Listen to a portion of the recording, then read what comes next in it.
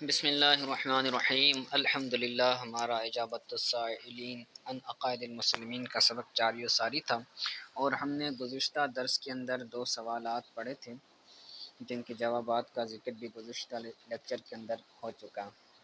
تو آج ابھی تیسرا سوال پڑھ رہے ہیں اور اس کا جو جواب بھی ہوگا وہ تفصیل سے آگے ذکر کیا جائے گا۔ تو سب سے پہلے تمہیداً یہ بات رکھیں کہ آج کا جو سوال ہے وہ حیات انبیاء کے اوپر ہے کہ انبیاء کرام جو ہیں وہ اپنی مزارات کے اندر حیات ہیں یا نہیں ہیں۔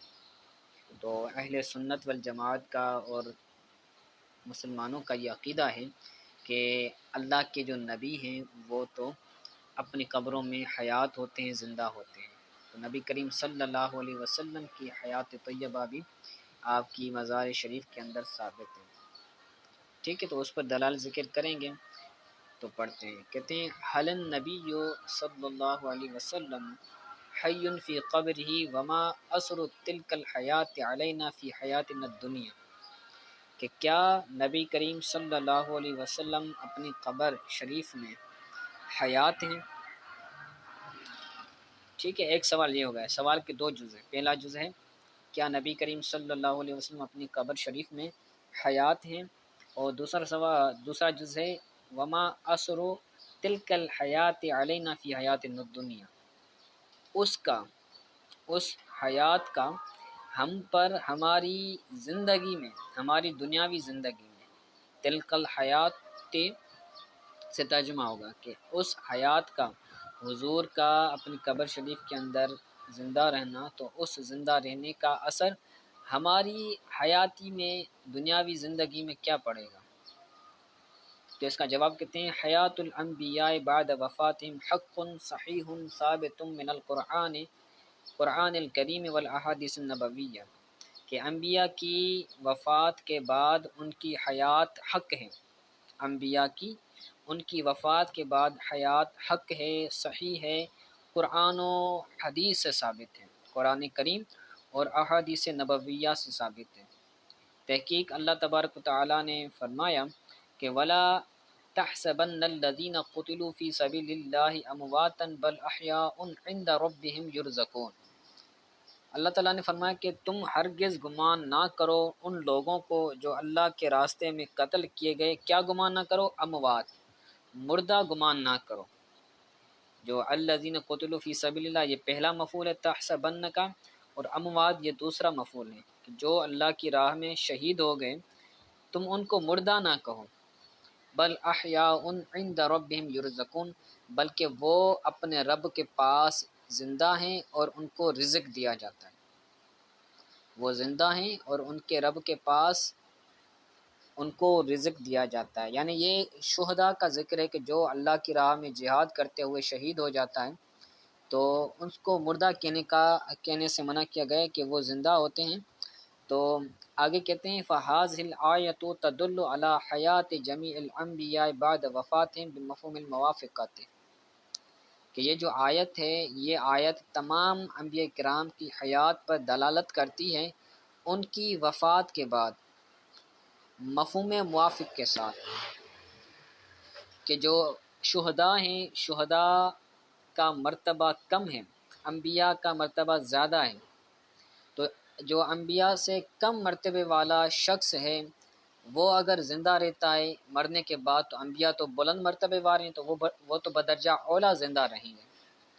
ٹھیک ہے، تو کہتے ہیں یہ آیت تمام انبیاء کرام کی حیات پر جو ہے وہ مفہوم موافق کے ساتھ دلالت کرتی ہے۔ کیسے دلالت کرتی ہے؟ ذالک ان الانبیاء اولا بتلک المنقبۃ من الشہداء، کہ جو انبیاء کرام ہیں وہ شہداء سے اس شان کا، اس مرتبے کے زیادہ حقدار ہیں۔ جو انبیاء ہیں وہ زندہ رہنے والا جو مرتبہ ہے، شان ہے، فضیلت ہے، تو اس فضیلت کے وہ شہداء سے زیادہ حقدار ہیں۔ ٹھیک ہے، تو یہ ہو گیا انبیاء کرام کا حیات کے اوپر قرآن سے دلیل۔ وَتَدُلُّ عَلَى حَيَاتِ نَبِيِّنَا صلی اللہ علیہ وسلم بِعُمُومِ لَفْظِهَا، اور نبی کریم اور ہمارے نبی صلی اللہ علیہ وسلم کی حیات پر یہ آیت اپنے عمومی الفاظ کے ساتھ دلالت کرتی ہے۔ تدل کا فاعل کون ہے؟ الآیہ، اور یہ آیت ہمارے نبی صلی اللہ علیہ وسلم کی حیات پر اپنے لفظ کے عموم کے ساتھ دلالت کرتی ہے۔ وذالک ان اللہ جمع له صلی اللہ علیہ وسلم بین الشہادۃ والنبوۃ کما صح ذالک، جیسا کہ اللہ تعالیٰ نے حضور صلی اللہ علیہ وسلم کو شہادت اور نبوت کے مابین جمع فرمایا۔ تو یاد رکھیں کہ جو نبی ہوتا ہے، نبی کے اندر شہادت بھی ہوتی ہے اور نبی کے اندر نبوت بھی ہوتی ہے۔ نبی کے اندر دو خصلت ہوتی ہیں، ایک نبوت کی خصلت اور ایک شہادت کی خصلت۔ تو اسی کا بیان کرتے ہیں کہ اللہ تعالیٰ نے حضور صلی اللہ علیہ وسلم کو شہادت و نبوت دونوں کے درمیان رکھا ہے، تو لہذا حضور صلی اللہ علیہ وسلم بھی اپنی حیات طیبہ کے ساتھ اپنی مزار شریف میں حیات ہیں۔ کہتے ہیں آگے کہتے ہیں امام جلال الدین سیوطی علیہ رحمہ کا قول بیان کرتے ہیں، قال السیوطی وما نبی الا وقد جمع مع النبوۃ وصف شہادت، کوئی نبی ایسا نہیں مگر اللہ تبارک و تعالی نے، مگر وہ نبی، کوئی نبی نہیں مگر وہ نبوت اور وصف شہادت کے ساتھ جمع ہوتا ہے، یعنی جو بھی نبی ہوتا ہے اس نبی میں نبوت بھی ہوتی ہے، اس نبی میں شہادت کی صفت بھی ہوتی ہے۔ جب نبوت کی اور شہادت کی جب صفت دونوں ہوتی ہیں تو کہتے ہیں فَيَدْخُلُونَ فِي عُمُومِ لَفْظِ الْآیَةِ، تو اب یہ آیت کے عمومی لفظ میں داخل ہوں گے کہ اللہ تعالیٰ نے فرمایا کہ جو شہید ہیں وہ زندہ ہیں، تو جب شہید زندہ ہیں تو شہادت کی صفت والے انبیاء کرام بھی ہیں، تو لہٰذا انبیاء کرام بھی حیات ہیں۔ یہ قرآن پاک سے آیت تھی اور اس پر دلیل دی۔ آگے احادیث طیبہ سے دلائل بیان کرتے ہیں، وَمِنَ الْأَخْبَارِ الدَّالَّةِ عَلَى ذَلِكَ، اس عقیدے پر دلالت کرنے والی احادیث میں سے ما اخرجہ مسلم عن انس، اس عقیدے پر دلالت کرنے والی احادیث میں سے وہ بھی ہے جس کو امام مسلم نے حضرت انس بن مالک رضی اللہ تعالیٰ عنہ سے روایت کی ہے، ٹھیک ہے۔ ذالکہ کا مرجع جو ہے وہ یہ عقیدہ ہے حیات انبیاء۔ وہ حدیث کیا کہتی ہے، ان النبی صلی اللہ علیہ وسلم لیلۃ اسری بہ مر بموسیٰ وہو یصلی فی قبرہ، کہ نبی کریم صلی اللہ علیہ وسلم شب معراج، لیلۃ اسری بہ کا ترجمہ کیا کریں گے؟ شب معراج، کہ حضور پرنور صلی اللہ علیہ وسلم شب معراج حضرت موسیٰ علیہ السلام کی مزار شریف سے گزرے، مزار شریف کے پاس سے گزرے، وہو یصلی فی قبری، اور حضرت موسیٰ علیہ السلام اپنی مزار شریف میں نماز پڑھ رہے تھے۔ تو نماز پڑھنا یہ دلالت کرنا ہے کہ آپ اپنے مزار شریف میں زندہ ہیں، کیونکہ مردہ تو نماز نہیں پڑھتا، جو زندہ ہوتا ہے وہی نماز پڑھتا ہے۔ اسی طرح حضرت ابو یعلا اور امام بہقی نے حضرت انس سے روایت کیا ہے، تخریج کیا ہے کہ ان النبی صلی اللہ علیہ وسلم قال الانبیاء احیاء فی قبورہم یصلون،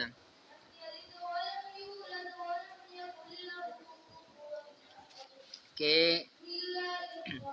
نبی کریم صلی اللہ علیہ وسلم نے فرمایا، حضرت انس بن مالک کہتے ہیں نبی کریم صلی اللہ علیہ وسلم نے فرمایا کہ اللہ کے نبی اپنی قبروں میں زندہ ہوتے ہیں، الانبیاء احیاء فی قبورہم یصلون، انبیاء زندہ ہوتے ہیں اور اپنی قبروں میں نماز پڑھتے ہیں۔ تو نماز وہی پڑھتا ہے جو زندہ ہو، جو مر جاتا ہے وہ نماز نہیں پڑھتا۔ تو انبیاء کا نماز پڑھنا اس بات کی دلالت کرتا ہے کہ وہ زندہ ہیں۔ آگے تیسری حدیث بیان کرتے ہیں، وَأَخْرَجَ أَبُو داود وَبَهَقِيُّ أَنَّهُ صلی اللہ علیہ وسلم، امام ابو داؤد اور بہقی روایت کرتے ہیں کہ نبی کریم صلی اللہ علیہ وسلم فرمایا،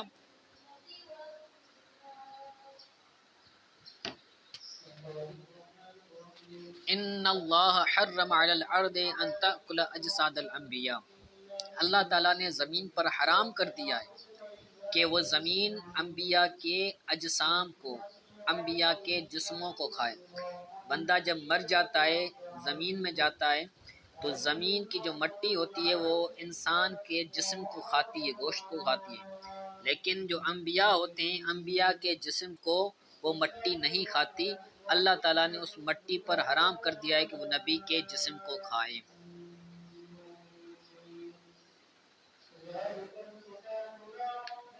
تو یہ پہلا سوال تھا، پہلے سوال کا جواب تھا، اور اس سوال کا دوسرا جو جز تھا وہ یہ تھا کہ حضور صلی اللہ علیہ وسلم کا اپنی حیات طیبہ کے ساتھ مزار شریف میں زندہ ہونا یہ ہمارے لیے کیا اثر کرے گا، ہم پر، ہماری زندگی پر کیا اثر کرے گا۔ تو اس کا بیان کرتے ہیں کہ فن نبی صلی اللہ علیہ وسلم حی فی قبرہ حیاتا حقیقتا بروحہ و جسدہ، نبی کریم صلی اللہ علیہ وسلم اپنی مزار شریف میں حقیقی حیات کے ساتھ زندہ ہیں، بروحہ و جسدہ، اپنے روح اور جسم کے ساتھ زندہ ہیں۔